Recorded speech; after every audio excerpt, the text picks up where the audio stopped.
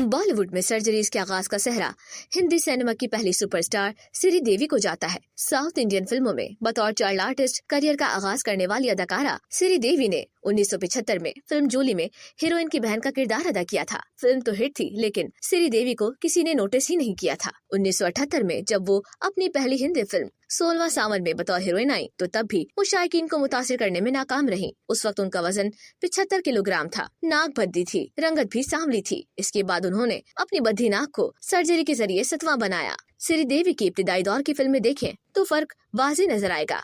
श्रीदेवी ने सिर्फ नाक को सतवा नहीं बनाया, बल्कि अपने फिल्मी करियर के दौरान चेहरे को जवान रखने के लिए वक्फे से 29 सर्जरीज करवाई। श्रीदेवी को सदाबहार अदाकारा भी कहा जाता था।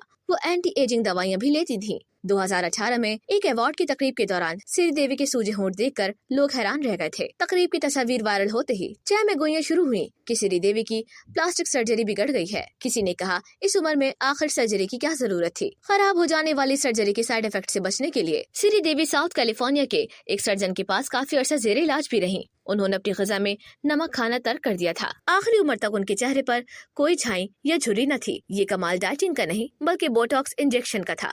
लेकिन श्रीदेवी जिंदगी भर सर्जरी की खबरों की तरदीद करती रही। जानवी कपूर श्रीदेवी की बड़ी साहबजादी हैं। कुदरती हुस्न से आरी, प्लास्टिक सर्जरी की आदी। अपनी वालिदा के नक्शे कदम पर चलते हुए उन्होंने अपने चेहरे के तमाम बदनुमा हिस्सों की सर्जरी करवाई। अगस्त 2012 में श्रीदेवी ने पहली बार प्रेस कॉन्फ्रेंस के दौरान अपनी दोनों बेटियों को मुतारिफ करवाया। जानवी उस वक्त 15 और खुशी कपूर 12 बरस की थी। ये वही प्रेस कॉन्फ्रेंस थी जब हिंदी बोलने पर श्रीदेवी ने खुद अपनी बेटी जानवी का मजाक उड़ाया था। और अगर आज आप इन दोनों बहनों के चेहरे का मवाज़ना करें तो फर्क साफ नजर आएगा। 2024 तक प्लास्टिक सर्जरी की बदौलत दोनों बहनों के चेहरे की रंगत, नाक, होंठ, जिस्म के खदोखाल, दांतों की बनावट सब बदल चुके हैं।